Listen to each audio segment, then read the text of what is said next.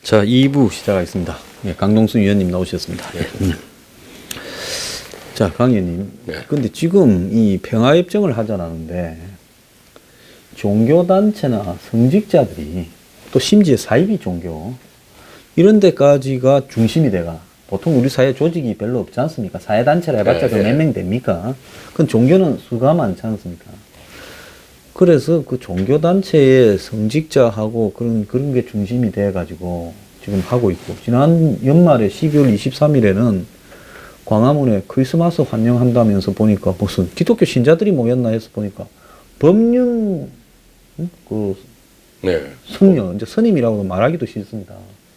근데 법륜이 제일 설치했을 때가 이명박 정권 때 아닙니까? 뭐 안철수 멘토니 청춘 콘서트 한다면서 청와대 때 임태희가 비서실장을 할 때 청와대 가가 전 청와대 직원을 앉혀놓고 이명박 때 법륜이 강의도 했잖아요.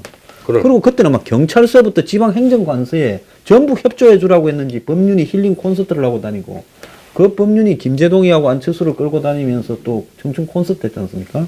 그러니까 사람들은 법륜이라면 힐링을 하는 스님, 그리고 상당히 개혁적인 스님, 그 조계종 성녀도 아니라고 제가 들었어요. 그럼 뭐 적이 때문에? 네, 적이었고요. 그리고 사실은 90년대부터 대북 관계를 하고 다니고 한국보다는 미국, 독일에서도 상당한 기반을 구축해놓고 또 정부의 대북 관계하는 조직하고도 친하게 지는 좀 미스테리한 사람입니다. 그런 사람이 광화문에 수천 명을 모아놓고 유명 인사, 심지어 뭐 김홍신 씨까지 있더라고요. 김재동이도 있고. 그래가지고 평화협정 맺자고. 그 신부들은 없었나요? 신부도 있었어요. 제일 앞에 있더라고요. 정의구현사재단. 네. 그죠. 어떻게 봅니까? 이런 부분에. 그게 아주 미리 얘기하면 올람이 이제 미군이 철수한 다음에 그것도 파리 평화회담 이후에 협정을 맺고 미군이 철수한 다음에 올맹이 다 통일을 시켰잖아요. 그 다음에 제일 먼저 청소한 게 종교인들이랍니다. 공산주의는 종교인하고는 병립이 안 돼요. 신부, 중들 다 먼저 처단했어요. 몇천 명을. 왜냐면 지금 이 공산주의 사회는 원래 무신론 아닙니까? 윤몰사고 아닙니까? 근데 우리나라의 이 사입이 사입이죠. 그게 뭐 법륜 스님이고 뭐 정구사하고 뭐 이것들은 신을 믿는 게 아닙니다. 신을 앞세워 가지고 쥐들이 권력을 잡기 위해서 장사하는 거죠. 그런 사람들입니다. 그 북에 올라갔다 오면은 북에서 무슨 대접을 받고 약점을 잡혔는지 와서 사람들이 비워놓는 거예요. 이제 그런 자들인데 그건 정치꾼들이죠. 정치꾼인데 그러니까 국민들이 똑똑해야 된다는 거죠. 저도 가톨릭 신자지만 저는 대놓고 신부들 욕합니다. 저건 하느님을 믿지 않는 사람들이고 저건 뭐 무신론자들이고 저건 정치꾼들이다. 불교도 마찬가지예요. 국민들이 깨어야지 이 민주주의가 참 말하자면 공산 아주 조직적인 그런 운동권 사상을 가진 사람들하고 대척이 어려운 게 이건 모리알이거든요. 이 자유민주주의 체제라는 건 모리알입니다. 누굴 조직화하는 사람이 없는데 스스로 깨어있지 않으면은 이걸 막아줄 사람이 없는 거죠. 제가 이명박 때 법륜이 안철수를 앞세워서 정치적으로 이렇게 하면서 대선판을 이렇게 흐리고 MB가 그걸 밀어주고 하길래 법륜에 관해서 글을 좀 썼었어요. 비판도 상당히 많이 했는데, 그런데 이제 보수 정권일 때는 힐링 강의를 하다가 이제 좌파 정권이 들어서면 본색을 드러내고 북한하고의 문제에서 앞장을 씁니다. 원래 그거 하던 사람인데. 그렇죠. 그러면서 거기서 이 종교를 빙자해서 그러다 보니 신도들 중에 아무것도 모르면서 우리가 평화를 해야지 전쟁을 해서는 되겠느냐 하면서 온 사람, 또 법륜의 힐링 강의를 전국에 들은 사람이 아마 수백만이 될지도 몰라요. 하도 많이 다녔어요. 많이 다녔어요. 그러면 그걸 들은 안철수가 사람은 한참 인기가 좋을 때 네. 같이 다녔으니까. 그걸 들은 사람들은 저분이 힐링을 해서 내가 저분을 아주 훌륭한 사람이라고 이렇게 뭐 인생을 위로하는 사람이라고 생각을 하는데 그 사람이 평화를 해야 된다니 겉으로는 정치색이 싹 빠져서 있는 것처럼 보면 그건 완전히 그냥 평화협정 맺자라는 네네. 종북이 돼버리는 거예요. 동조하는 거예요. 그렇죠. 근데 국민이 이 종북과 종북이 아닌 거에 어떤 거리를요 아주 자연스럽게 다가갔어요. 한 7, 8년 전만 하더라도 평화협정이라는 말을 하면 그건 100% 빨갱이였습니다. 근데 이제는 평화협정을 맺자라는 말을 갖다가 애사로 끄집어내도 그런 부분에 대해서 누구도 비판을 받는 이런 게 별로 없어요. 근데 거기에 대해서 보수 진영이나 이 보수 어떤 이런 부분에서 그걸 각을 세워서 평화협정 이꼴 한마디로 북한의 나라 넘겨주자는 거다라고 그렇게 규정을 하면서 지속적으로 말입니다. 일종의 아젠다 파이팅, 이미지 메이킹을 해야 될 건데 왜 그런 게 안 되는 것 같아요? 그게 이제 뭐 몇몇 사람들은 그렇게 얘기하지만 그게 힘을 받으려면 전체 당론이 돼야 되고 당론이 된 다음에 정상적인 어떤 정부 여당의 그 반응이 없을 때는 그거는 이제 뭐 부득이하게 그거는 강경투쟁 장외로 나가야 되는 거예요. 예. 근데 이 사람들은 당론화도 안 되고 바깥으로 나가지도 않고 몇 마디 얘기하고 또 사람들 또 이게 금방 잊어버리니까 그냥 또 지나가 버리는 거예요. 이렇게 쌓이는 겁니다. 그래서 근데 이게 한국 사람들이 뭐를 빨리 잊어버리고 요번에 뭐 제천 사고도 보세요. 예. 뭐 세월호 난 다음에 뭐가 달라지는 게 있어요? 더하죠. 더했으면 더하지. 뭐 타워 크레인도 맨날 사고 나고 한국 사람들은 외양간 도둑을 맞고도 외양간을 안 고치는 사람들이에요. 예? 그 자꾸 잊어버리니까 이걸 절치부심으로 하고 이거는 안 되겠다 하는 게 없는 거예요. 예? 아마 지금 조사해 보면 세월호 이후에도 뭐 이게 연안 해안 뭐 다니는 배 짐 싣고 그런 거 마찬가지일 겁니다.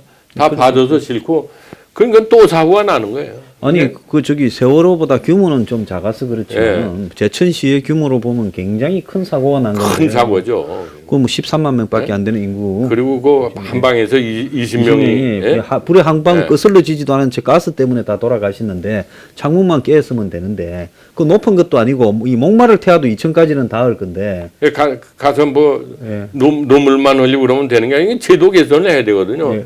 뭔가 단호하게 왜 못 맡은 게 소방도로 안 내놓는 건 다 잡아가든가 때려 부수든가 외국에서는 다 그렇게 하는데 왜 우리는 못하냐 이거. 그 제가 봤을 때 이 문제에 담겨 있는 이념적인 문제를 이야기를 좀 하는 건데요. 박근혜 정권이 골병이 들기 시작한 게 세월호 때부터 골병이 들었지 않습니까? 골병 드는 거죠. 네, 세월호 그 사고 난 날 박근혜 정권의 지지율이 70% 넘은 것도 있었고 60 몇 프로도 있었어요. 결국 세월호 때문에 박근혜가 망한 거예요. 네, 세월호 때문에 망했는데 그때는 좌파 단체들이 전부 세월호에 붙고 야당도 붙고 해서 세월호에 대한 국가의 무능 또 거짓 뭐 위선 이런 거를 집요하게 이렇게 공격을 하고 또 세월호의 비극성을 전파했잖아요.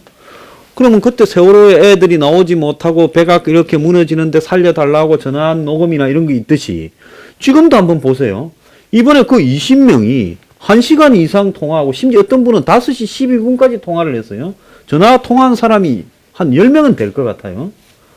그렇게 되면 그 비극성 또한 말입니다. 한마디 국가의 무능이나 비극성 또한 세월호보다 더하면 더하지 덜하지가 않을 건데 여기는 이 유족들이 철저하게 고립이 됐어요.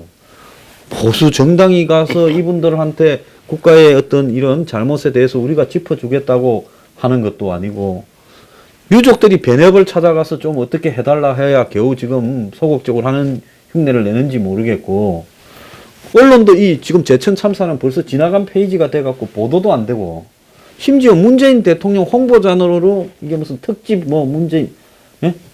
이렇게 만들지 않습니까? 그러면 여기 이런 부분에서 봤을 때 한마디로 어떤 이 포인트를 잡아가지고 그걸 감성화해서 국민들 정서를 집요하게 끌어내고 정권을 공격해서 무너뜨리는 부분에서요. 지금 좌파들이 했던 거에 비해서 보수는 능력이 10분의 1도 안 되는 것 같아요, 제가. 아니, 그게 뭐 좌파들이 한 걸 잘했다고 볼 수는 없죠. 예. 아니, 뭐, 제가 이렇게 얘기하면 또 욕을 하는 분도 있겠지만, 물론 아이들이 그렇게 많은 어린아이들이 생명을 잃은 거는 가슴 아프고, 참 안타까운 일이죠. 그런데 그걸 본질을 들여다보면은 놀러 가다가 이제 교통사고 난 거거든요. 그렇죠. 거기에 대통령이 노심초사하고 안타까워하지 않는 모습을 보이지 않았다고 해서 비판을 받을 수 있지만 그게 탄핵 사유가 된다는 건 그건 참 이해가 안 되는 거죠. 세계 어느 나라에 그렇게 사고가 많아도 그런 사고 때문에 그뭐 호다못해 뭐 박근혜가 그 배를 들이받게 하는 것도 아니고 자기들이 놀러 가다 사고가 난 거예요. 불행한 일이지만. 근데 그거 가지고 재미를 봤기 때문에 거기 무슨 팽목항이가 가서 박명록에다 당선되자마자 가가지고 고맙다 쓴 거 아니야. 뭐가 고맙다는 거야? 그거 갖고 장사 잘했다는 거지. 응? 자, 그러면 그렇게 하는 것이 옳은 건 아니지만 어쨌거나 세월호 때 그렇게 물어뜯어서 자기들은 시스템이 그러면, 좋아졌다고 큰 소리를 쳤잖아요. 근데 시스템이 좋아진 게 아니라 자기들은 세월호뿐만 아니라 영흥도 대천 3사뿐만 아니라 영흥도 나치배 흥진호에서 더 형편없는 것을 보여줬지 않습니까? 그러면 여기에 대해서 보수 정당이 달라붙어서 한마디로 정권의 잘못과 위선과 이걸 해야 되고 그다음 이분들도 10억씩 받아야 되는 거 아닙니까? 국가의 지금 무능 책임은 인정됐잖아요. 그럼요. 예. 그게 뭐냐면 이 사람들이 해양 뭡니까 지금 이 불 끄는 소방차 사다리차 그분들을 또 예. 대우도 처우도 많이 해주고 굉장히 새 정부 들어와가지고 많이 개선이 됐어요. 많이 뽑았고. 그러면 뭐 제도가 바뀌어야지. 그게 지금 벌써 6개월 이상 사고 났을 때 벌써 7개월 정도 됐을 거예요, 이 정부가. 그럼 똑같은 거예요, 세월호고. 그럼 야당에서 그걸 문제 삼아야지 뭐가 제도 개선이 됐고 달라진 게 있느냐. 근데 이놈들은 말 한마디 하고 또 지나가는 거예요. 또 지나가다. 야당이다. 그 야당을 믿을 수가 없고 왜냐하면 최경환이 같은 것들이 내가 알기에는 이것도 이번에 걸리는 게 비서실장이 했던 이 안무개가 1억 줬다고 해서 들어간 거 아니에요. 근데 그거 외에도 그 전부터 말이 많았어요. 최경환이 경제계를 주물렀으니까. 저도 경제계를 주물으면서 말이 많다는 건 들었습니다. 물증은 없으니까 뭐라고 그런 사람이 한둘이겠습니까? 이따고 짓들 하니까 국민에 대해서 뭔가 진심을 가지고 국사에 대해서 그렇게 일을 안 하는 거예요, 이놈들. 저희들끼리 싸우기만 바쁘지. 그래 또 열심히 싸우던 김무성 전 대표는 또 저쪽 갔다가 이쪽 당으로 왔는데 요즘은 얼굴도 안 보여요. 저는 그렇게 생각합니다. 저하고 견해를 달리하는 분도 계시겠지만은 지금 아마 4.13 작년에 4.13 총선을 왜 사람이 죽으면 부검을 한다고 그러잖아요. 이거를 참 왜 이렇게 되는가를 대충 얘기하면 한두 끝도 좀 보면은 결국 파악의 판단 잘못으로 그런 겁니다. 원래 4.13 총선 전에는 새누리당이 180석 내지 200석 나올 거다는 여론조사가 나왔잖아요. 180에서 왜 새누리당의 자리서가 아니라 그 당시 야당이 너무 4분 5일 되고 형편없기 때문에 그런 거예요.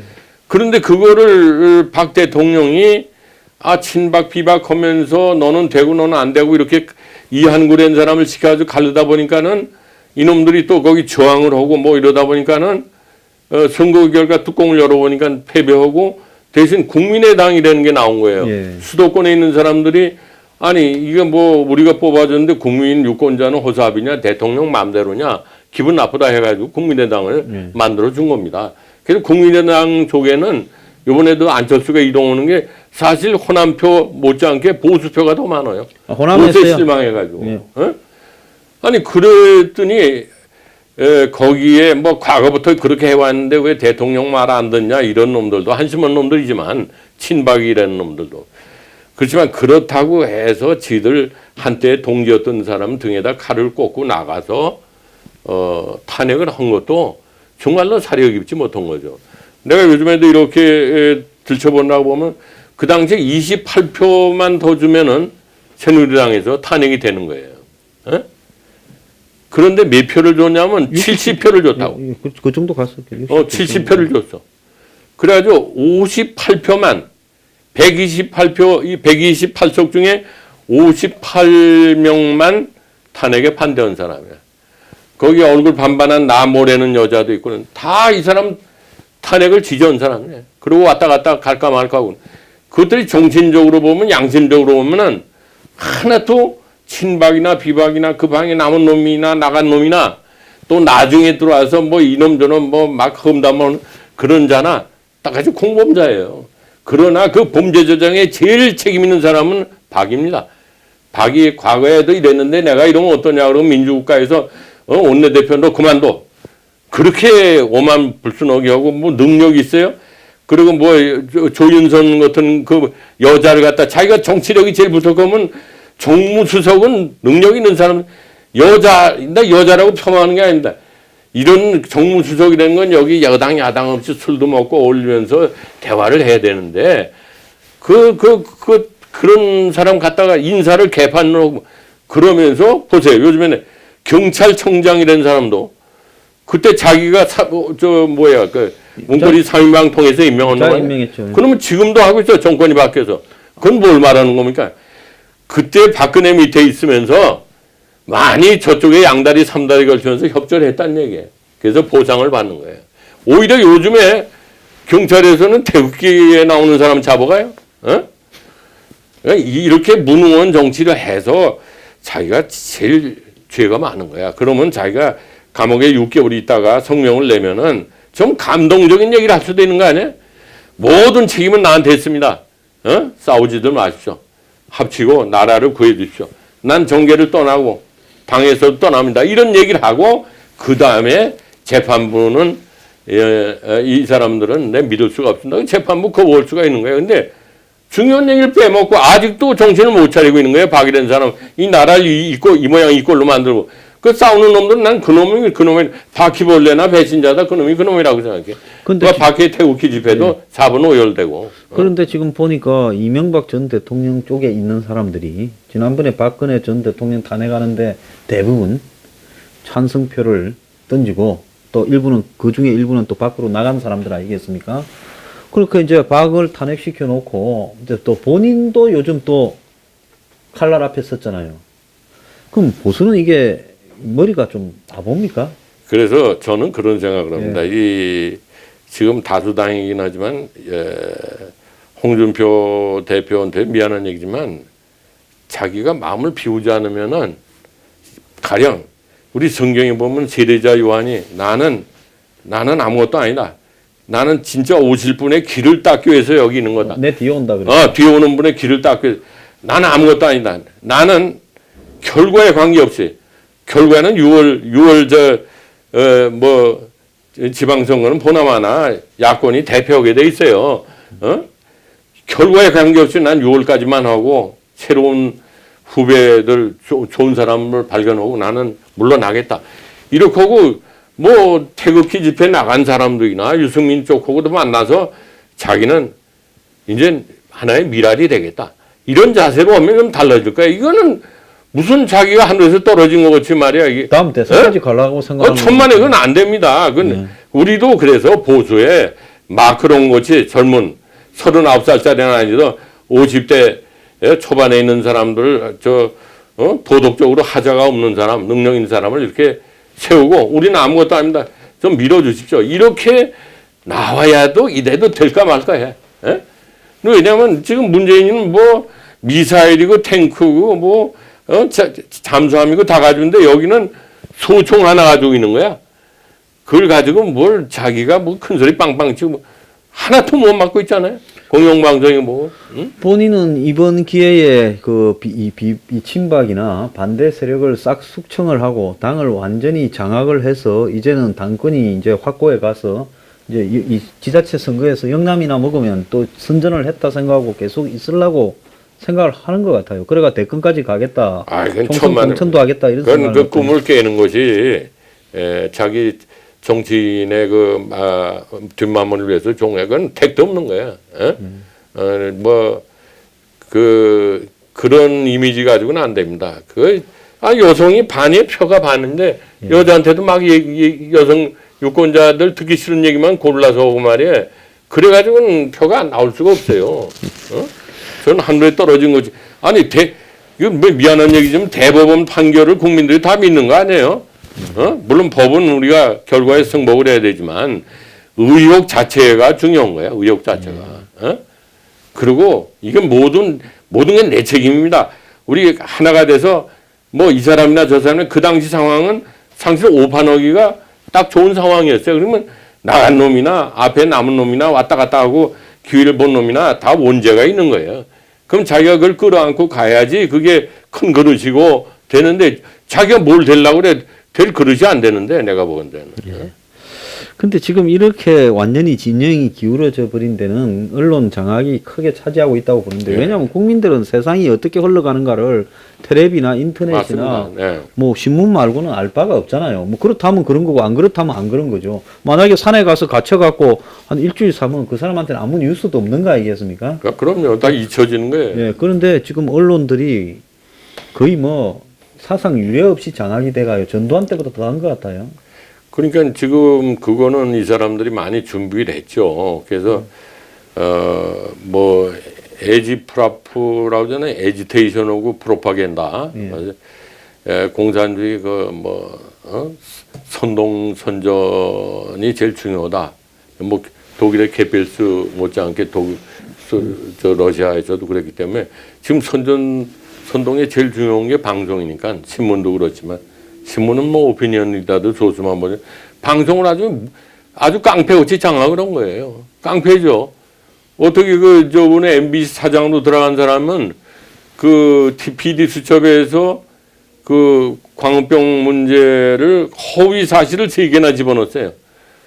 그래서 대법원 판결도 보면은 이런 허위 사실 3개가 들어가서 잘못된 거지만, 그러나 언론사에 대해서 막 이게 형사 책임을 묻는 거는 다른 언론이 위축될 수도 있고, 그렇기 때문에 어떤 그 액츄얼 멜리스, 악의가 있다고 보지는 않기 때문에 국민의 알 권리를 보호하는 차원에서 형사 책임은 묻지 않겠다는 거지, 책임이 없다는 건 아닙니다. 그 판결문을 읽어보면은 얼굴을 못 두게 돼 있어요. 3가지 핵심적인 사항이 뭐냐, 주저앉는 소가 광우병에 걸린 소다 아니고, 또 아레사 빈슨이라는 미국 여자가 광우병에 걸렸다 그것도 아니고, 한국 사람은 뭐 유전인자가 광우병에 걸리기 쉽게 돼 있다 그것도 허위 사실에.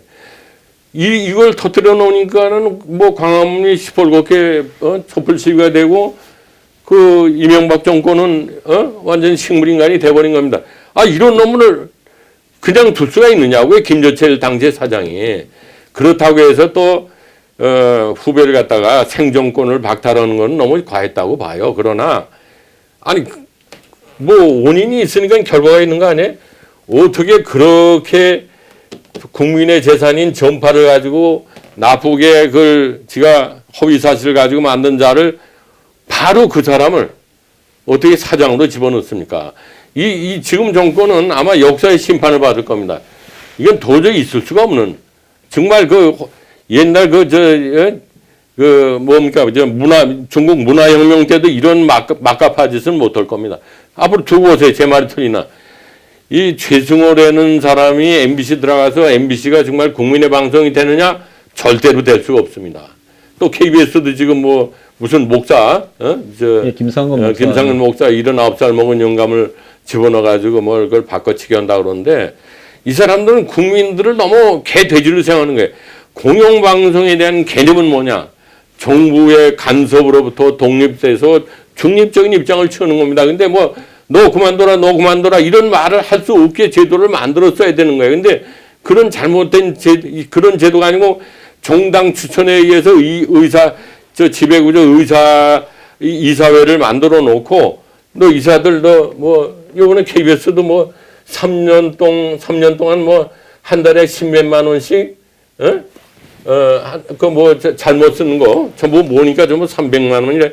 이걸 가지고 그만둬라고 말이야. 강모래는 강기현 교수. 이런 치졸한 사람들이 어디 있으면, 그래가지고 자기네들 목적을 달성하기 위해서 이러는 거는, 아무리 그 속에서 이러는 목공이 포도청이라고 이러는 신문 방송쟁이들이, 걔네들도 이제 나중에 소나기가 지나간다면, 우리가 참 부끄러운 행동을 했구나. 또 느끼게 될 겁니다. 뭡니까? 거기다 SBS도 직원들이 뭐 투표해서 사장 뽑는데 이건 뭐 직원이라는 게 노조원이고. 근데 그 아무리 그렇게 잡고 설치도 저기 저 누구입니까? 저 박근혜 대통령 전 대통령 때도 보면 고영태 인터뷰나 예. 최순실 관련 사진이나 이런 거 했을 때는 보도 안 하다가 정권이 살 맛이 가니까 이제 들고 일어나서 또 공격을 하지 않습니까? 그게 하이에나 저널리즘이라고 그래요. 하이에나. 한국의 뭐 다른 나라도 좀 그런 속성이 언론에 있죠. 근데 특히 한국 놈들은 강한 사람한테 쫙 엎드리고 사자가 하이에나가 뭡니까? 사자가 물이 져갈 때는 근처에 얼씬도 못 떠죠. 하이에나. 근데 물 위에서 떨어져 병든 저 사자 갈 때는 이제 집단으로 가서 물어뜯고 죽이는 거죠. 아주 비겁한 놈들. 그리고 대한민국이 망하는 거는 언론인도 지성이라면 이런 언론 때문에 망하는 겁니다. 그리고 우리나라 지성인들은 아주 비겁한 놈들이에요. 그 지행 합일이 없어요. 아는 것과 행동하는 건 다른 겁니다. 저희들 먹고 살 꿈만 하고 기회만 있고, 교수된 놈들은 보따리 장사같이 말이야. 가만히 있다가 일감 주면 지 용돈이나 챙기고 이런 놈들이에요, 이게. 이런 나라가 안 망하면 이상하죠. 망해야 됩니다, 어떻게 보면. 난 망을이라고 봐요. 제가 볼 땐 저는 문재인 정권이 그 경제에서 돈을 뿌리는 건 엄청 잘해요. 뭐 뿌리는 건 저보고 시켜줘도 엄청 더 잘 뿌릴 겁니다. 돈 뿌리면서 뭐 해주겠다는 건 잘하는데 문제는 뭔가 하면 칼을대가 수술해야 될 게 지금 한두 개 문제가 아닌 거예요. 무슨 기업 구조조정부터 시작해서 특히 조선 무슨 철강 석유화학 엉망이에요. 그거 아무것도 안 하고 있어요. 그 다음에 노조 구조조정이나 이런 부분도 안 하고 있어요. 전혀 이제 셋업돼 버렸어요. 그러고는 무슨 부동산 가격이 지금 폭등하는 것도 지금 잡지도 않고 방치하고 있고 저출산도 손 안 대고 있고 무슨 입시 문제도 손 안 대고 사교육도 손 안 댑니다. 그래갖고 막 뿌리는 것만 잘하는데 자 가계부채는 엄청나게 또 지금 쏟아져 가고 그렇죠. 있어요. 네. 자 이제 옆으로 미국하고 관계도 나빠지고 이렇게 방치해 놓은 문제가 언젠가는 터지게 돼 있을 건데 이게 터지면 수습이 되겠습니까? 그래서 저는 문재인 정권이요.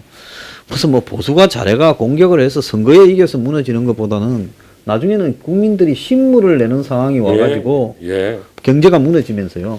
전부 지 자식이나 자기 집에 식탁에 올라오는 반찬이나 수입이 줄어들면 화나게 돼 있지 않습니까? 그래서 저는 무너질 거라고. 저도 그 마지막 기대라기보다도 예상하는 거는 결국 이런 이념적인 뭐 국가 큰 틀의 문제는 좀 아는 사람들이 걱정을 하고 있는 거죠. 근데 일반 서민들은 결국 자기 주머니 사정이죠.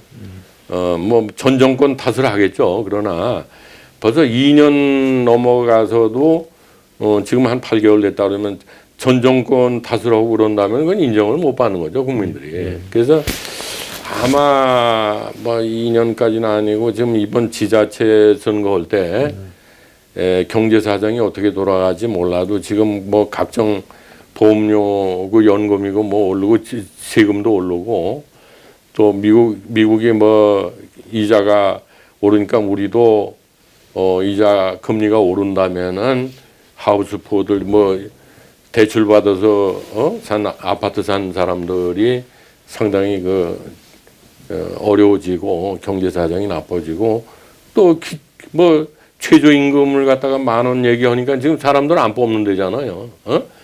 그 대통령 뒤에 뭐 보도 붙이고 뭐 일자리 뭐 하는 것도 상황판 그거 해봐야 지금 일자리가 좀 좋은 일자리는 점점 줄어들고 있고 전체적으로.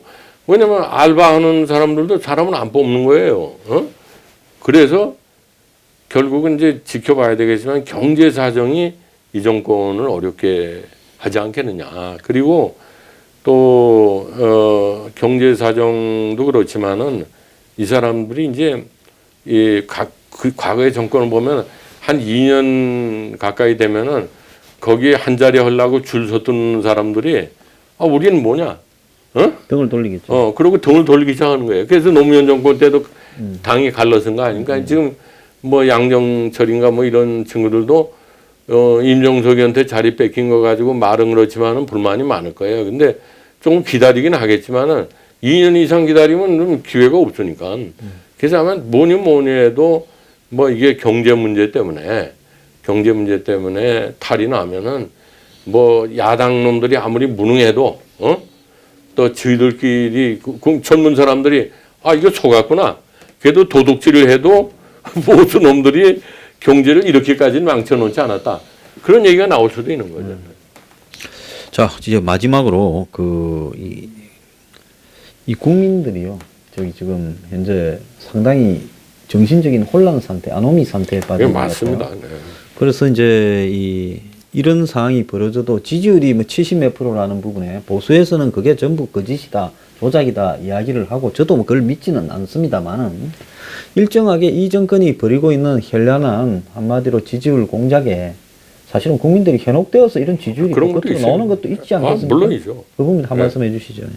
왜냐하면 우리 속담에 말 한마디에 천냥빛 갚는다는 게 있잖아요. 근데 우리가 개인사에서도 어떤 사람이 채권자인데 돈 빌려간 놈이 코빼기도 안 빌면 좀 화가 나는 거예요. 근데 돈은 빌려가서 못 갚는데 와서 이렇게 설명으로 사정이 이렇고 이렇게 말을 하면은 오히려 채권자가 너 쌀값이나 해가지고 돈 보태줄 수 있다고. 이게 말이 된 게 그런 거거든요. 근데 이게 문정권이라는 게 전임 박근혜 정부가 오만하고 그렇게 소통이 안 된 거에 비해서는 뭔가 쇼통이라도 하려고 뭐 눈물도 흘리고 뭐 베라벨 쇼를 다 해요. 그러나 우리는 저건 진정성이 없다고 보지만은 진정성이 없고 저 껍데기만 저렇다 그러지만 많은 사람이 거기에 먼저 전임자한테 튀어가지고 아니 그게 와서 욕이라도 넘어가야 될 거 아닙니까? 제천사고에도. 그러면 그래 욕 안 먹는 것도 욕을 먹을 각오가 온 사람을 점수를 줄 거예요.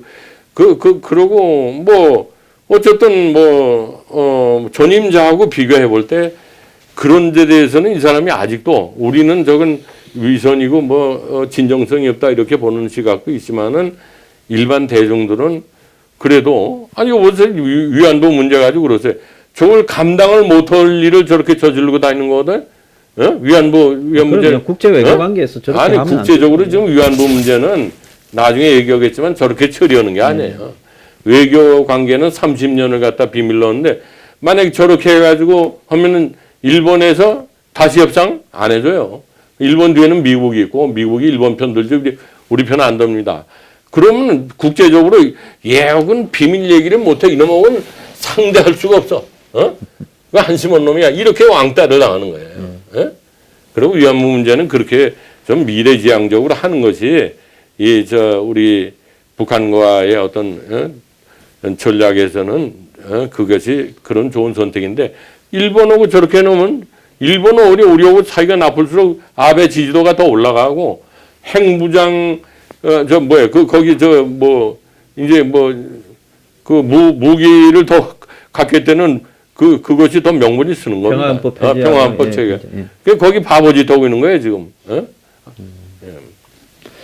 자, 그 문정권이 지금 위세가 대단한데요.